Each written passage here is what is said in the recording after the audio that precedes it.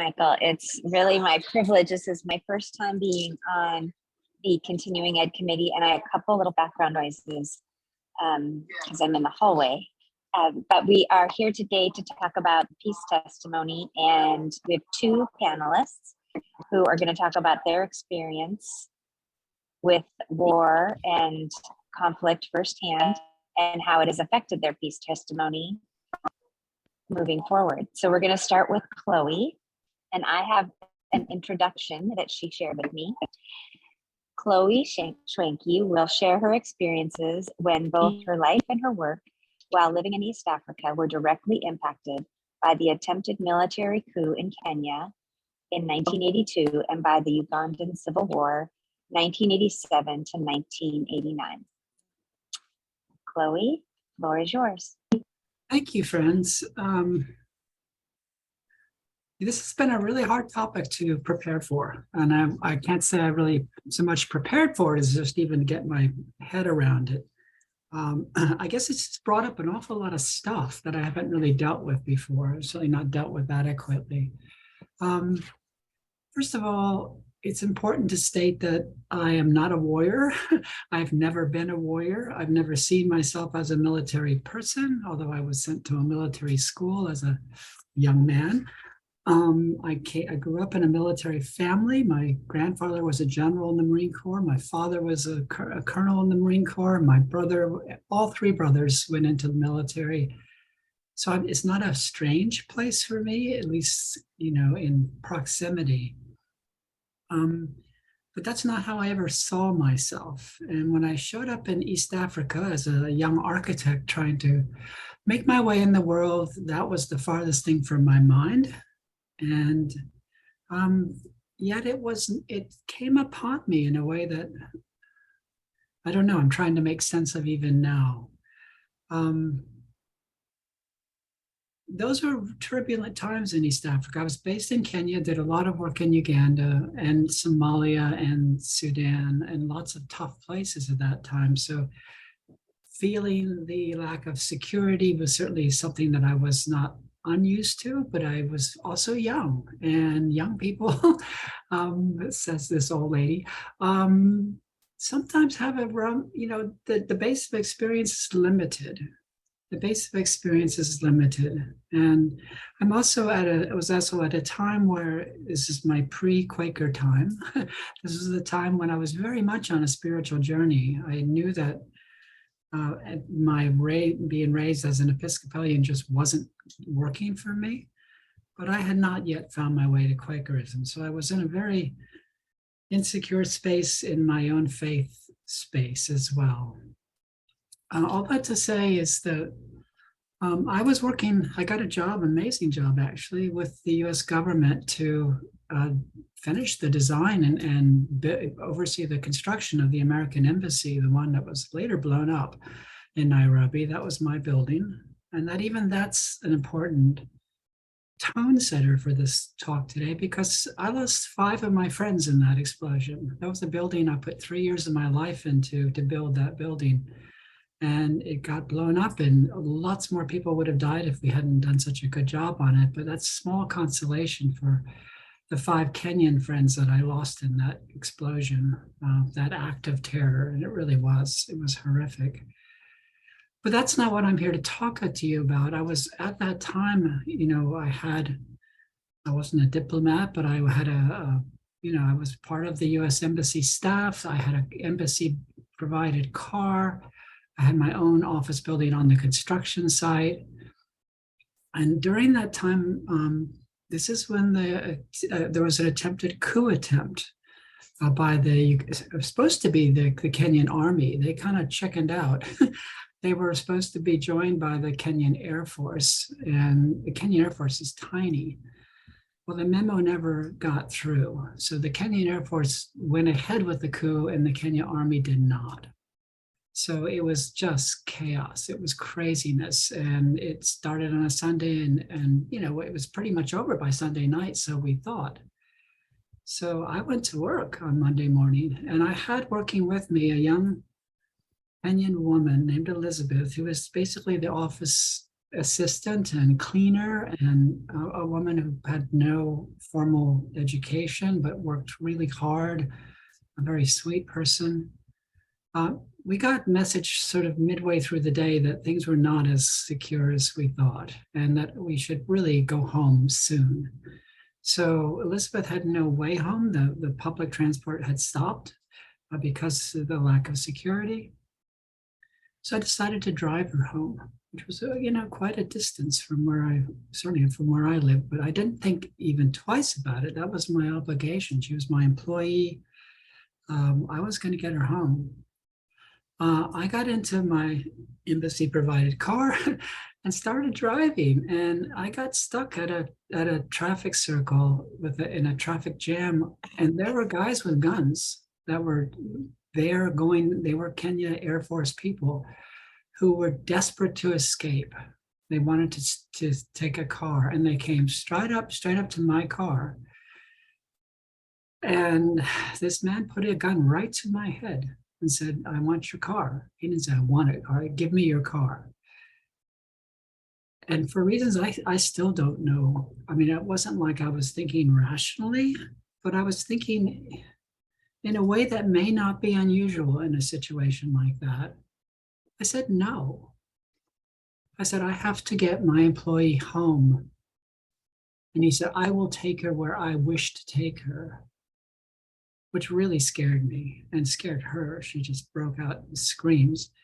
Anyway, I said the next thing that came into my head, which I said, "No, you can't take this car because it belongs to the American government." I didn't say anything more than that. I didn't know why I said that.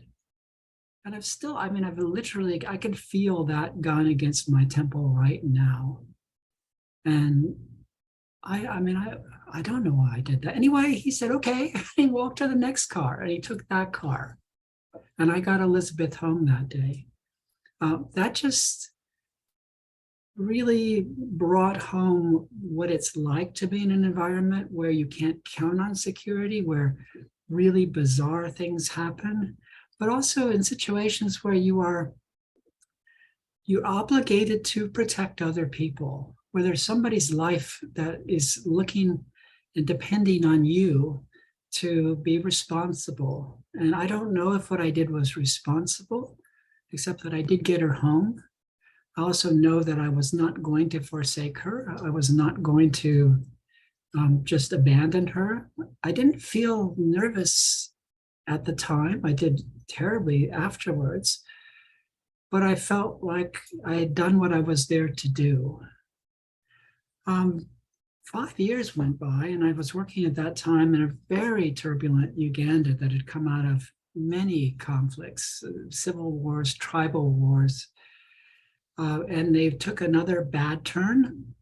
At that time, I had my own architectural practice, and the U.S. government said, "We need some help in Uganda," Stephen, as it was then called.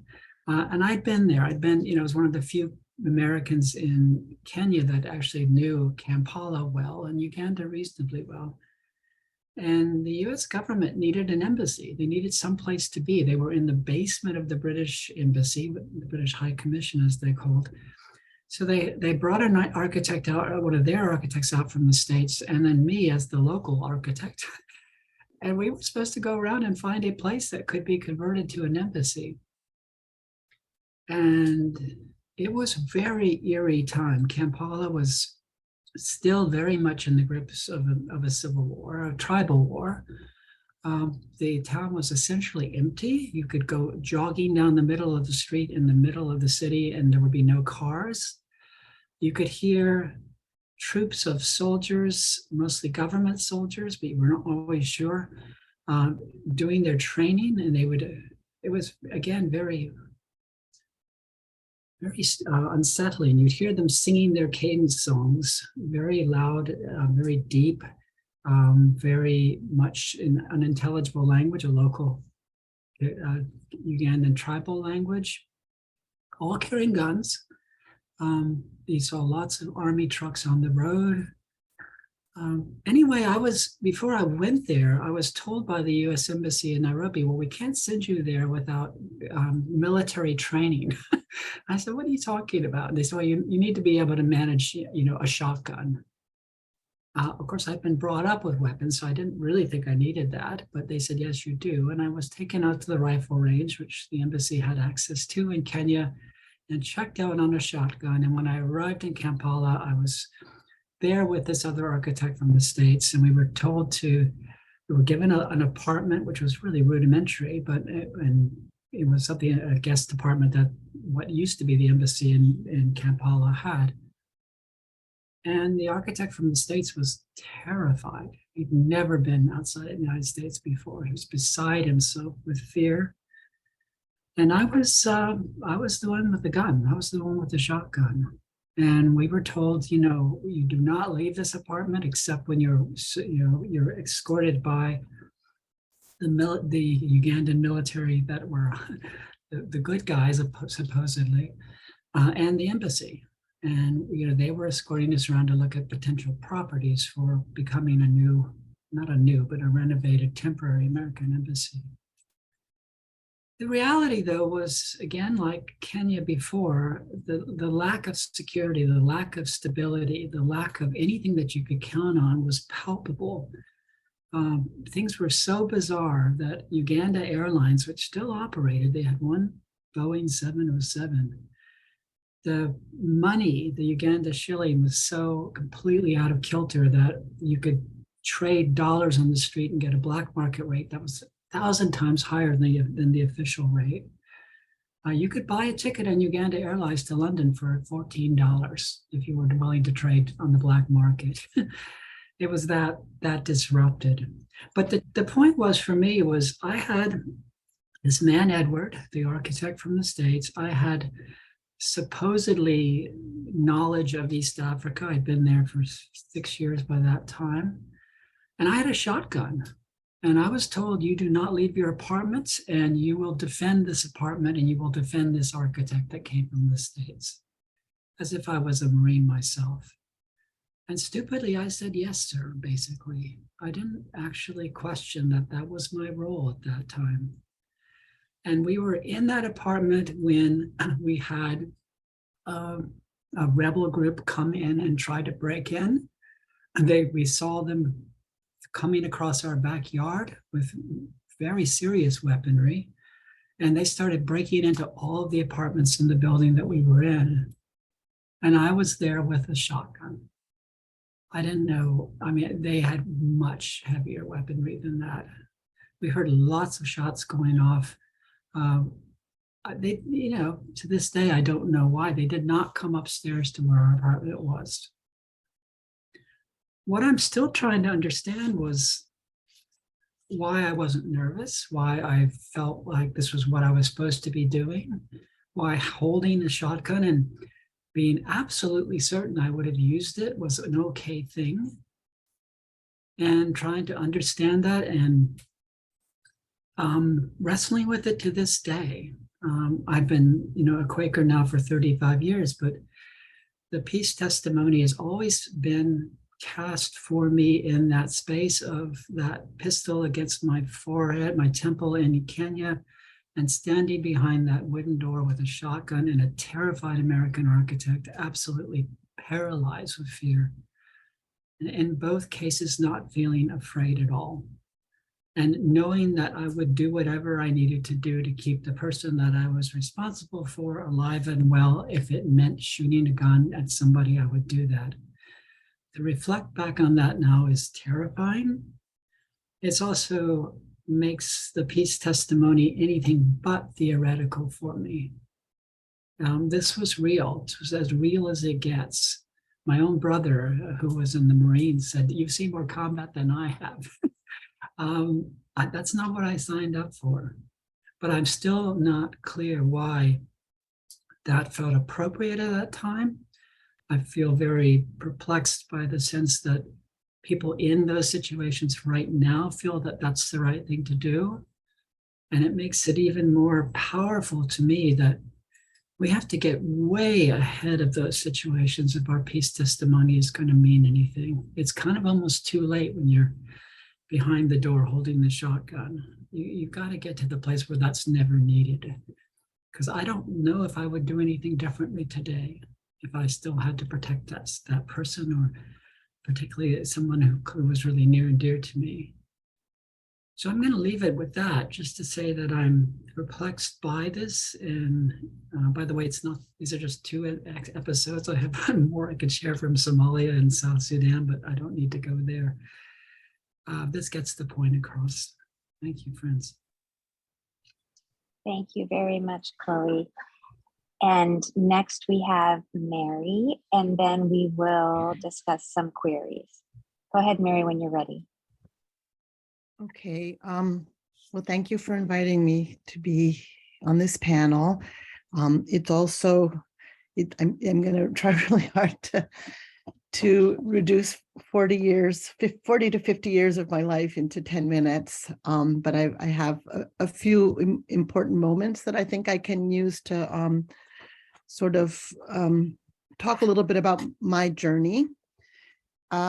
So let's see, to locate ourselves in space. I'm 64. So during the war, I was small. During the 60s, I was a young child, but as many of you know, I was very immersed in the anti-war movement because of my father, Daniel Ellsberg, who was originally working with the government and in the war in Vietnam, and then became an anti-war activist and released the Pentagon Papers. So and that was in 71. And my brother and I were very involved in all of that. As I think I've told some of you before, we helped copy the papers, and we were, there was years of trials and things. So I would say during the 70s, during my teenage years, I was exposed to a lot of pacifist teachings and teachers, and I was very blessed in this way.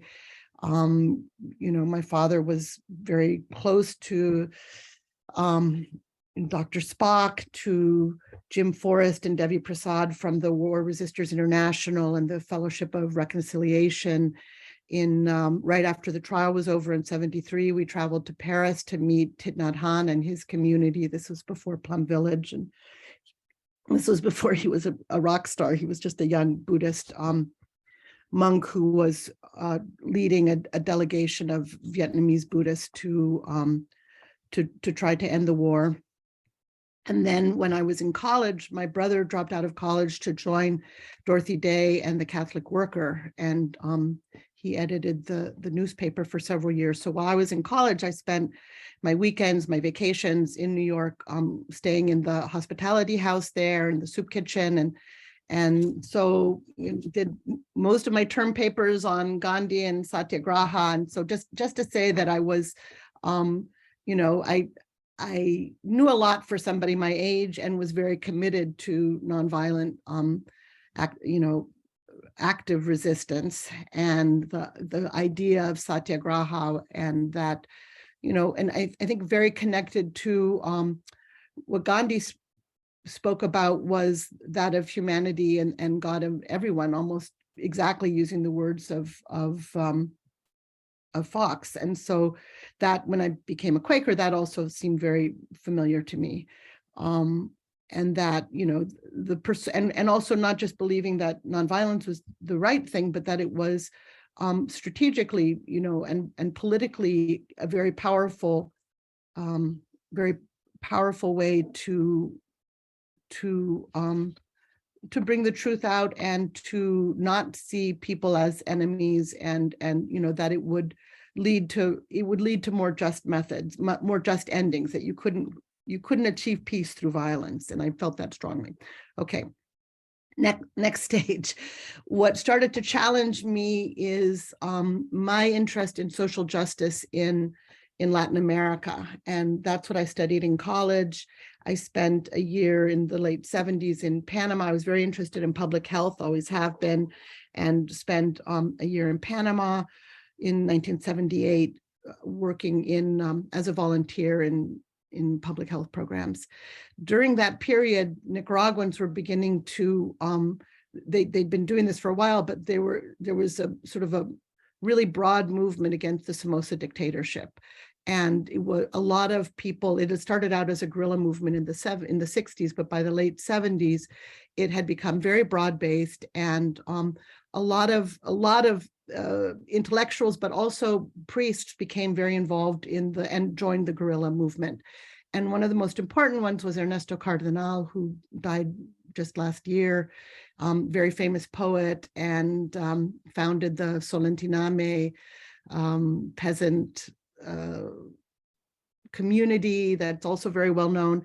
Anyway, in 1978, he left Solentiname, had been destroyed by the National Guard, and he left to join the guerrilla, and wrote an open letter about that, which I read with great interest. And an open debate started within the peace movement, and Daniel Berrigan wrote to him, and maybe some of you will remember this, and talking to him about, violence can never be the answer. And his argument was that we're fighting against a very vicious and cruel dictator, and we'll never be able to win unless we take up arms. So I'd been watching that whole debate with great interest. And then just shortly, a few months later, ended up getting to know many of the Sandinistas who were working clandestinely in Nicaragua, in Panama, and was invited to a meeting where they were talking, and I became very compelled and moved by the Nicaraguan situation, and was invited to support them. And that's where my first sort of own debate came. And I said, well, I don't believe in armed struggle. I'm a pacifist. I believe in Gandhian methods. And they kind of looked at me and were like, yeah, okay, whatever. But I said, I'll help in any way I can that does not involve violence. And I think they thought I was ridiculous, but they sort of said, okay, yeah, whatever you want, whatever. There were ways that a stupid American could still be useful to them. And so I did help in collecting medical supplies, and there was a point where finally there was going to be a final insurrection which is what ended the war in 1979. I was invited to go with them, but I kind of had to decide. I said, well, I won't take up an arm. I won't, arms. I'll do something nonviolent. I'll work in medical things. And one thing, this is another whole story, but my mother found out, and I ended up having to go home, and it's all very embarrassing and shameful. But anyway, that's how that piece ended, and I didn't end up being tempted to take up arms at that moment. Let's go into the 80s. And so shortly after that, I still stayed very connected to Nicaraguan revolution. I moved there in just a few months later afterwards, and moved to the Atlantic coast, which was a very isolated area, and started working in health programs again. And at the beginning, it was just this amazing, the revolution had happened. Everybody was euphoric, but within a year or two, the National Guard and then the Contras, funded by the US, started attacking, and they were attacking my health programs and my health volunteers. And one of the very first actions of the Contra in 1982 took place actually exactly where I was giving a workshop for health brigadistas, where we were going from one village to another, and the village we were going to the next day had been attacked. And the head of the FSLN there, who was just a 19-year-old, he was 17, and a good friend of mine had been killed, and they'd gone back into the bush, and it was a very, very difficult situation. And I had a bunch of brigadistas who were coming to this village to meet with me the next day, 2 days later. And I was also in another place. We thought they were coming towards where we were, and expected that they would be, we would probably be attacked that night. So that was a moment where I felt like I needed to make some decisions. And I would say that this is where where principles meet privilege. And I began to feel that I believe very strongly that the use of violence, one of the big problems with it is that it really created a moral blemish on the soul of the person who uses it. And part of that was something that I very much did not want to be a part of. And then I come to a point where I feel that, and again, this is like what Chloe said about, also defending people that you care very strongly about, that I felt that I'd put them in this situation of danger by bringing them to this moment, by having them at this moment. And so I guess the point that I felt was, who am I? Why is my soul more worthy of remaining blemishless, of remaining pure, than the souls of others who are risking this for what feels like a noble cause, to protect others. And then it just didn't feel tenable to me anymore to be able to have this privilege of saying, okay, well, you guys do the saving. I'll do something, on the side that's not very useful, and I will be, maintaining my own pure soul. And that's when somebody handed me a Galil rifle, and I did already know a little bit about how to use it, and then ended up that's how the first time I started carrying a gun. It was really it was not an easy decision. It was a really profound moment for me. And then after that, we were waiting for a US invasion at any moment. The people that we didn't go up and have that workshop, and we had to protect the brigadistas the whole time. They did come to the workshop because they wanted to all be together and process what had happened. And it was, we would spend as much time waiting for the contras to attack as we did, learning. But that was the beginning of, the next 10 years where I did get military training. I married a Sandinista. We had a AK-47 in our bedroom. There we often had attacks and would get sort of mobilized to go defend different, potential targets in the city, the factories, the electrical plants, the telegraph, whatever that's called, the posts that have the signal for the radio, whatever, transmitters, that sort of thing. So we spent most of our nights, and then in the Ministry of Health, I spent at least one night a week sleeping in the office, because we didn't have radio contact with our health posts, and we were waiting for them to get attacked at any point. So we'd have to speak to them several times a night using radios based with car batteries that certain times. So it was like really a war zone for many years. We traveled on rivers where you were kind of a sitting duck, and the only way you could possibly defend yourself or sort of forestall an attack would be by being armed they were less likely to attack a boat that had arms. And so, and many times we had very close calls. So all of that happened just before my son was born. The day on my due date, the town we lived in was attacked by Contras. I was in charge of civil defense. And so it was kind of, this was just daily life. And I didn't think much about it at the time. I'd sort of gotten over my own moral feelings. So that's that period, that's a decade. Flash forward to now. And I left, I know I'm at the end of my 10 minutes. I'll make it fast.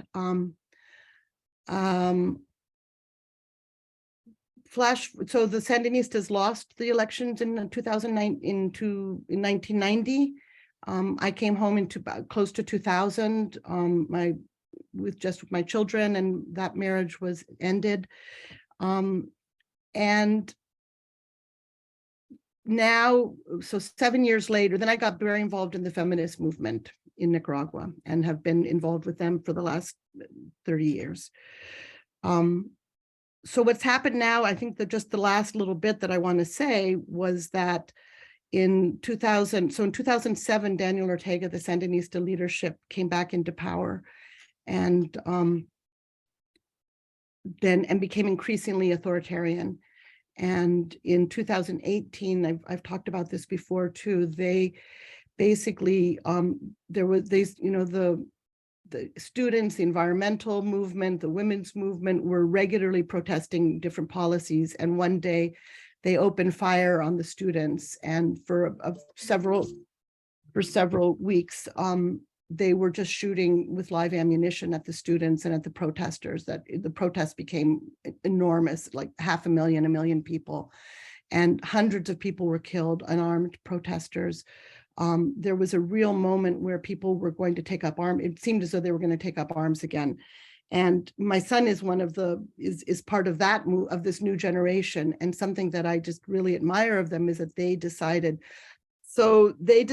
very consciously not to use violence, and that would just lead to another disaster. And even if they were risking their lives, which they have done over and over again now, they were determined to avoid armed struggle. And they think of that as the real mistake of my generation.